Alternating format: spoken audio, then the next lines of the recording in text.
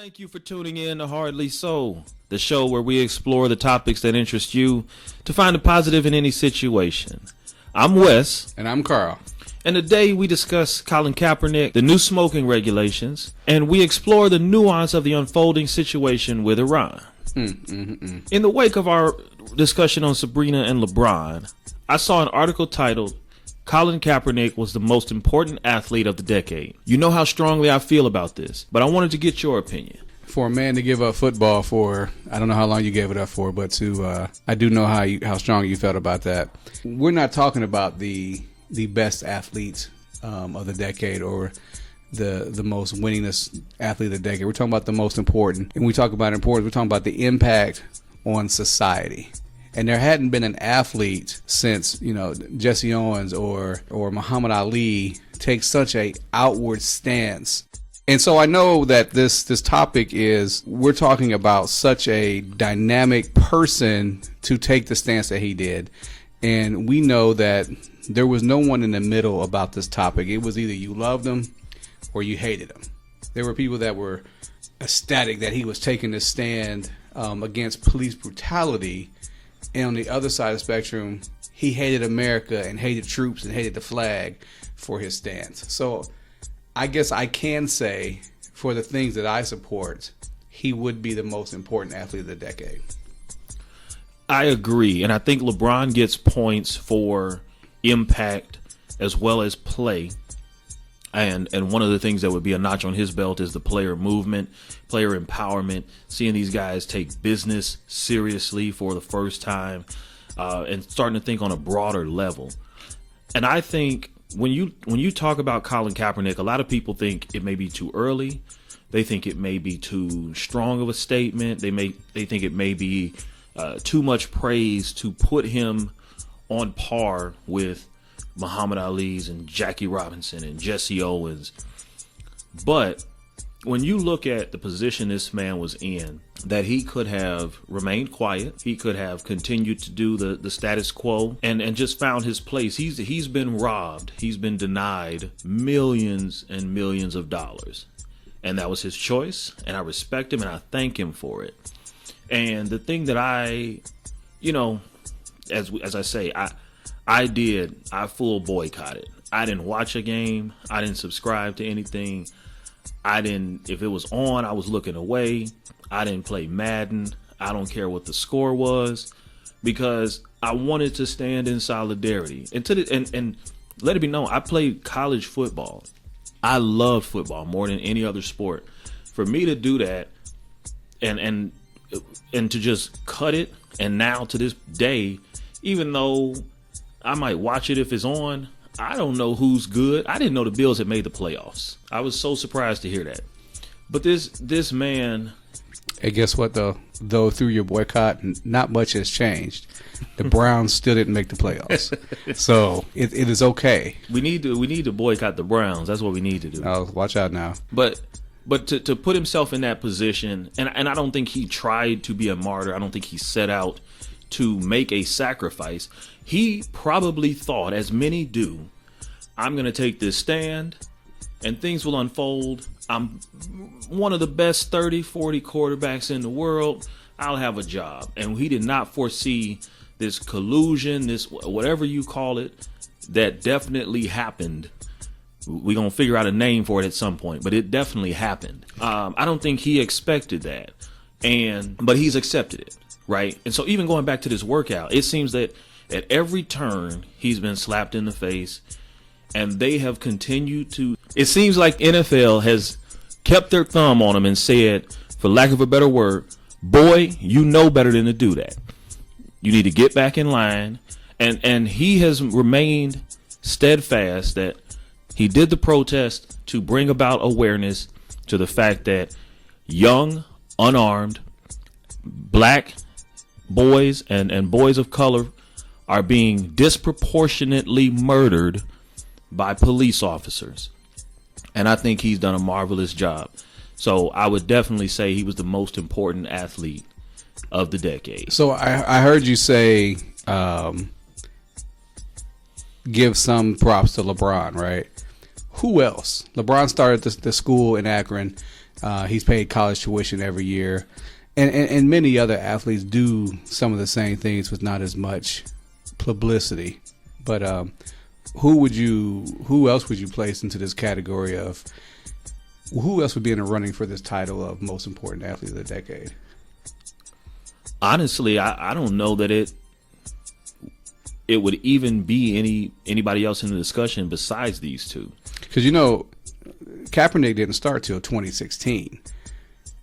So we're not even talking about the full 10 years. This has just been going on the last 3.5 to 4 years. That's understandable. But I think it's so profound because in order to fight injustice, it has to be glaring. America has shown its unwillingness to correct its original sin. And each little reminder of civil rights and economic injustice that we see, it is best that we call it out and be able to glaringly see that this is what is happening. And so while some will deny and they'll say, well, his skills had declined and he wanted to be a starter and he didn't want to sign with this team and his girlfriend said this about that owner, no one is acknowledging what the reality is that to this day, and he showed in this recent workout 3 years later, there are not 30 people that can play quarterback better than Colin Kaepernick, and he is still unemployed. They are pulling people out of middle school classrooms that are 40 years old, and they're playing in playoff games, and Colin Kaepernick is sitting at home. Stay tuned to next podcast as we interview 40-year-old middle schoolers to just talk about the injustice in the education system.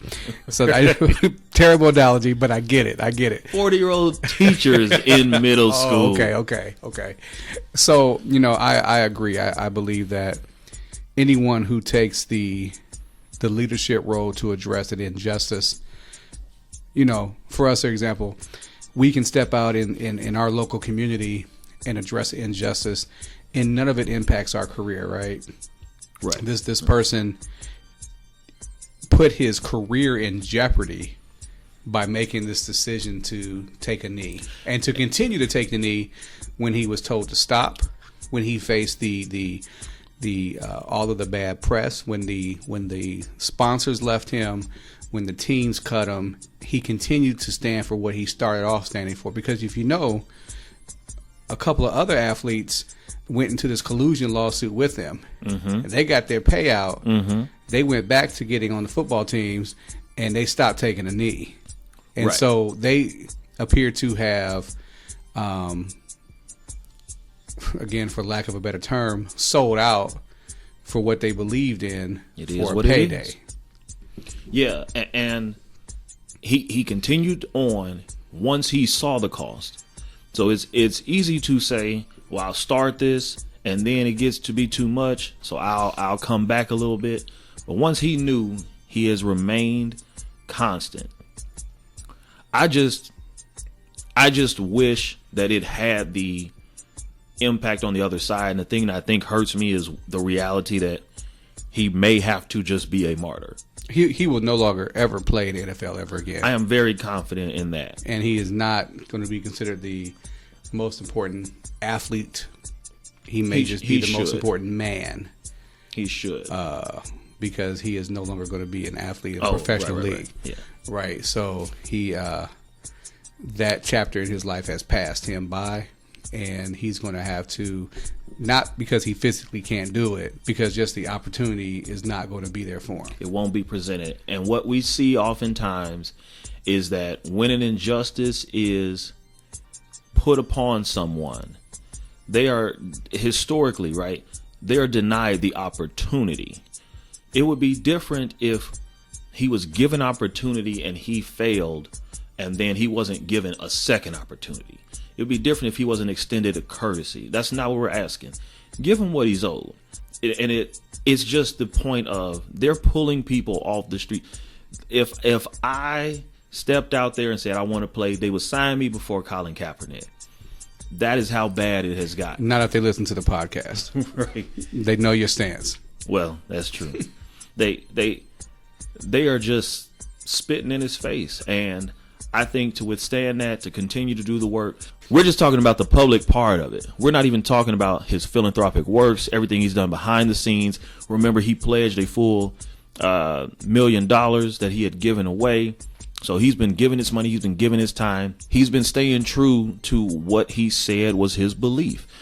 He wanted to bring awareness. He wanted to be impactful, and he's continued to do so. There's not much more we can say on this topic that can sway me to not believe that, given this title, he's not deserving of that. He is by far and clear the most important, because of many times people were scared to cause ripples.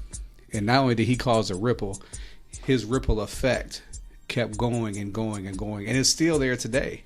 It's still a conversation piece. It's still happening in stadiums across the United States when the American, the national anthem is played. There are still people who won't stand. There are still people who won't put their hand across their heart. There are still people who won't take a knee, or who won't stand and take a knee in support of what Colin started. And so anytime you can do something that just continues to grow, this brings up the start of a very good conversation. You know, our freedom of speech and our freedom to do the things that we want to do. Colin chose to take a knee, and he paid severely for it. And if we look at recently this week, passed new regulation that immediately to move forward tobacco 21. And what that means, that anyone who sells tobacco products can only sell to those who are 21 and older. In my previous career, I worked intimately with the tobacco education movement and working with tobacco policy and regulation to make sure that our communities were healthier. And this was always a topic that came up. Individual states going tobacco 21. California moved forward, becoming tobacco 21. And now this kind of just came out of nowhere, where the FDA has stated that you must be 21 to purchase tobacco products, and eliminating the e-cigarettes with the fruity flavors, because we know both the cigarettes that are the electronic cigarettes and the fruity flavor that come with it attract young people. So what are some of your thoughts about that age restriction? So I think that it's a step in the right direction. Does it fix everything? No. But anything we can do to decrease the amount of tobacco usage, I'm definitely for. You know, when you look at the statistics of the deaths that tobacco use causes compared to other drugs, alcohol, marijuana, things that we say are much more dangerous, there is no comparison. And I smoked my first cigarette when I was 17. You know, it was not one that I bought from a store. It was something that someone gave me. And I think that the harder we make it to get something like this, the better off we'll be, the less children's hands it ends up in. So I commend the government. Sometimes it's these little things that can make all the difference. And I think that, you know, the travesty lies with the companies that produce these, that are doing whatever they can to make these products look, smell, taste like candy is Right. a problem. And when you are constantly killing off your customer base and finding new ways to addict your next generation of customer base, and it not be a crime, it is the only product that, when used as instructed, can kill you, but it's still legal. Think about that for a minute. If you use it the way you're supposed to, it can kill you. What other product is like that on the market? None. And so I think that this was a great step. It is definitely a bold move to mandate it immediately. It is going to save lives ultimately, but I know it is going to come up against some controversy. I know in Forbes there was an article that says, if I can go fight for my country at 18, I should be able to smoke a cigarette. What do you think about that? I definitely agree. I think that in America, we have a situation where we try to legislate individuals too much when we shouldn't, and then we allow individuals to roam freely when we should rein them in. And we're not always focused on the right thing. So even with this, for example, we allow these tobacco companies to advertise and push it out. And even when the Truth campaign started and they changed some of those regulations, you still see tobacco being advertised in a certain way that is targeting certain demographics, that is trying to get children hooked on these products so that they can be stuck for life. So, I definitely think that while we should be trying to prevent this from getting into the hands of kids, at the same time, it is contradictory if we are focused on that, but we allow them to fight in wars and we allow them to, take on student loan debt that cripples them for the next 40, 50, 60 years of their life. We should have equal focus to all of these areas if, in fact, the intentions are true. Okay, I can see that. We talked about marketing, several years ago, you're not allowed to smoke on TV. But just recently, Dave Chappelle smoked on Saturday Night Live in the intro. Right. And he knew he was going to get fined. But people, I love Dave Chappelle. I love $300 million. Right. He doesn't care about the fine. The network made so much money off him being there that the loss of the fine won't affect him. It won't impact them. So, right. We've got to find other ways to make sure that we can enforce the policies that are in place. Definitely. So, a lot has happened this year with Iran. Hold on. This year, it's been 6 days, bro. I know. Happy New Year. Happy New Year. Happy 6 New Year. days. We're still in that phase when you see people, you still say Happy New Year. When does that end? Oh, or I haven't seen you since last year. Right, and I'm so sick of hearing that. But when does it end when you say Happy New Year? February? That's too long. Listen, there is no greater joy in my life than telling people stuff like, I haven't seen you since last year. Okay. It's never not funny. It was funny when you're 6. It's funny when you're 46, 50. Don't matter. I'm gonna wait till like April and tell somebody Happy New Year, and see what their reaction is. Okay, sorry. So last week, President Trump authorized the assassination of Iranian leader Qasem Soleimani. Afterwards, in typical fashion, he tweeted just an image of the American flag. I want to start this one off because I have a whole lot to say. So, y'all president, the military part, there are reports that the Iranian government was planning attacks against Americans. There are reports of what happened previous to Trump's authorization. And I've heard people say that if it was Obama, we wouldn't have had any issue with it. And I'm not here to argue that, because at one point, messaging matters. And a lot of people get lost in that fact that sometimes you can get away with something that someone else is criticized for because the messaging matters. You're able to better explain it, comes across smoother for whatever reason. But we're not really here to argue that. So he authorizes this assassination, and the problem I have is the tweeting of the American flag, which, a separate discussion, to me, in many ways is a symbol of oppression, not freedom, that some see it as. It reminds me of slavery. It reminds me of the civil rights marches and the struggle that people went through. It reminds me of all of that. I love America and I hate America. I see it all. So tweeting that out to me is just, kind of a mic drop, so to speak. But this is all in Donald Trump fashion, Oh yeah. It's about me and look what I did. Let me pat myself in the back. Let me tweet this American flag so you can be proud of me. And again, yes, there are going to be comparisons because, when you're in a bad relationship, no matter what that person does, good or bad, you're going to be annoyed by it, right? Right. You're like, why are they breathing so loud?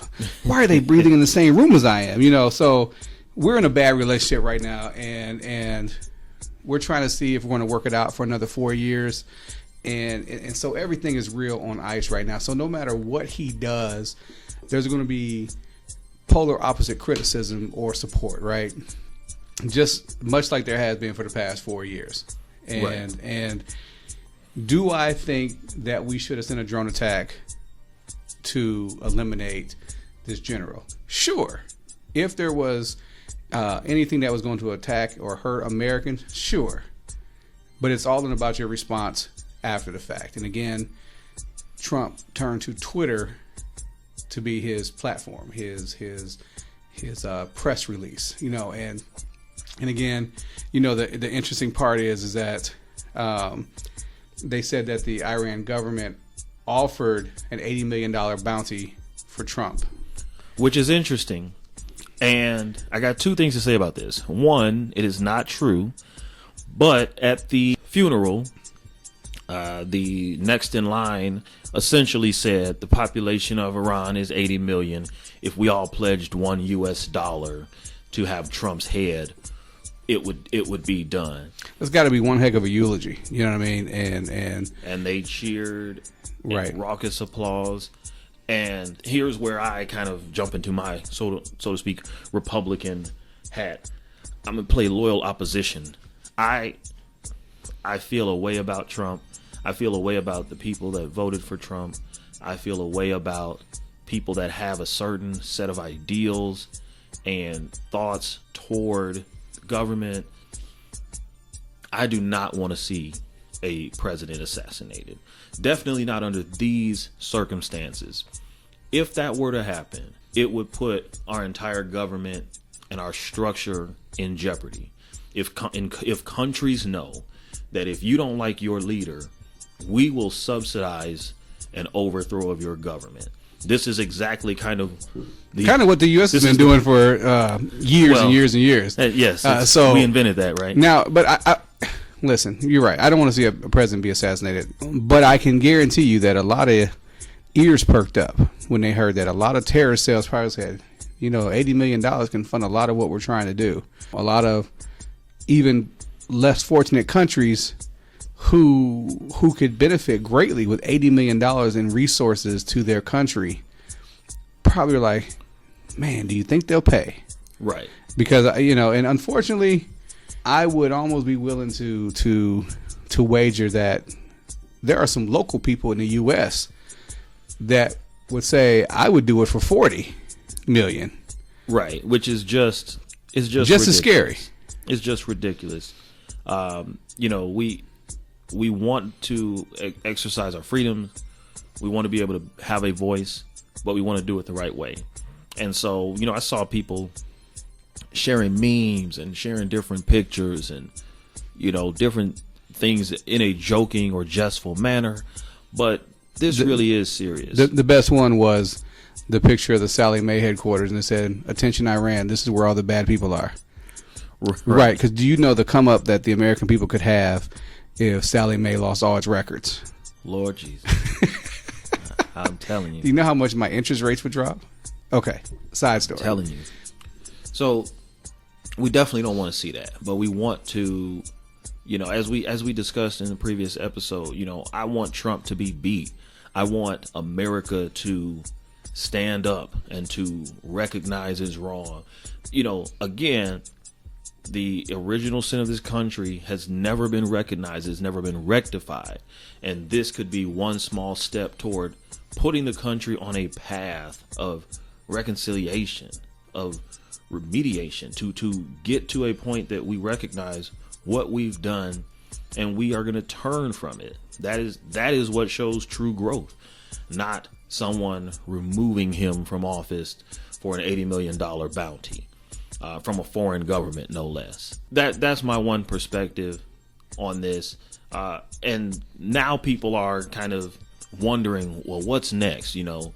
Anytime there is some sort of military movement and of note, the American people and I think everyone starts to kind of wonder, what are we going to see now? What happens? Is this the start of World War III? Because we don't know everything that happens with the government, with the military. And so when there is something notable like this, it causes people to panic. What I've learned in talking to other, certain people who are in military, certain people who are knowledgeable, about Iran and the different subjects here, there really is nothing to be worried about, even though Iran kind of pledges that this will be repaid. The last war that was fought on American soil was... Oh, you're asking me? Yes. I was just waiting for your delightful insight. The Civil War. The Civil War, yes. And I was having this discussion with someone earlier, and he said, well, I don't know, maybe the War of 1812 or Spanish. Wow. I said, no, it was the Civil War. And we fought ourselves. And we fought ourselves. So, and we haven't grown much past that since then. Well, definitely. That's probably another podcast. That's a whole nother episode. So we at least as a military entity have done well at fighting wars on foreign fronts, but it still would be scary to be engaged, to see us even have to occupy. It would be a similar situation to what we saw in Afghanistan or Iraq, that we have troops that are over for extended periods of time. We're occupying a city, and many times what happens is, in an attempt to bring order and keep some sort of order in that city, you have people who strike out that want to, in their way, protest, and maybe it's not peaceful. Sometimes they want to exact violence or revenge. What do you think about this, though? What do you think about this not being about the president making this decision to protect our people, but making this decision so that at wartime we can't switch presidents? What do you think about that? Because President Trump tweeted several times in the past, before he became president, that Bush would do it, right? That Obama would do it, and try to declare war so they could remain in their presidential seat. Oh yes, I remember all of the Sharia law talk that was going on when Obama was headed toward the exit of his second term. I would not put it past him. Nothing he does would surprise me at this point. The thing that I think is funny that he pointed that out is everything else that he has said that was kind of outlandish, even up to, it's substantiated that he had said at one point, if I were able to run as president, I'd run as a Republican, because they'll listen to anything that's on Fox News. And lo and behold. So he's got the framework, he's got it mapped out, and he knows what works for him. I've said it before and I'll say it again. I loathe the fact that Donald Trump is the president. And it upsets me that people that am close to, people that I thought I knew, people that I thought would see through, the rhetoric, would vote for him for the reasons that they did. But he ran a masterful campaign. He showed a mastery and an understanding of politics, of psychology. Right, not even politics, just people. Understanding people. Everything he said was catchy. It was big. It was boisterous. We're going to drain the swamp. We don't need these politicians in the corporate pockets. Sir, you're the corporate pockets. Everything he said, it worked like a charm. So I would not be surprised if he's got some dastardly plan to stay president, to launch us into war just so he doesn't have to vacate the office. This works perfectly. This podcast. And I want to thank everybody for listening today. And if you have any suggestions on topics you'd like to hear from us in the future, let us know. Let us know on our Facebook at Hardly So Podcast, on YouTube at Hardly So Podcast, on Spotify at Hardly So Podcast. Let us know, subscribe, and like our channels, and keep a part of these great conversations that we're having. Hey, like and subscribe our Facebook and our YouTube channels. Please, please, please. We have great information coming out. We have great conversation with our listeners on air and off air. Please do that. Guess what, though? We reached 100 likes on our Facebook in just over 1 week. Yes, sir. That's a major accomplishment. Our next goal is to get to 100 YouTube subscribers.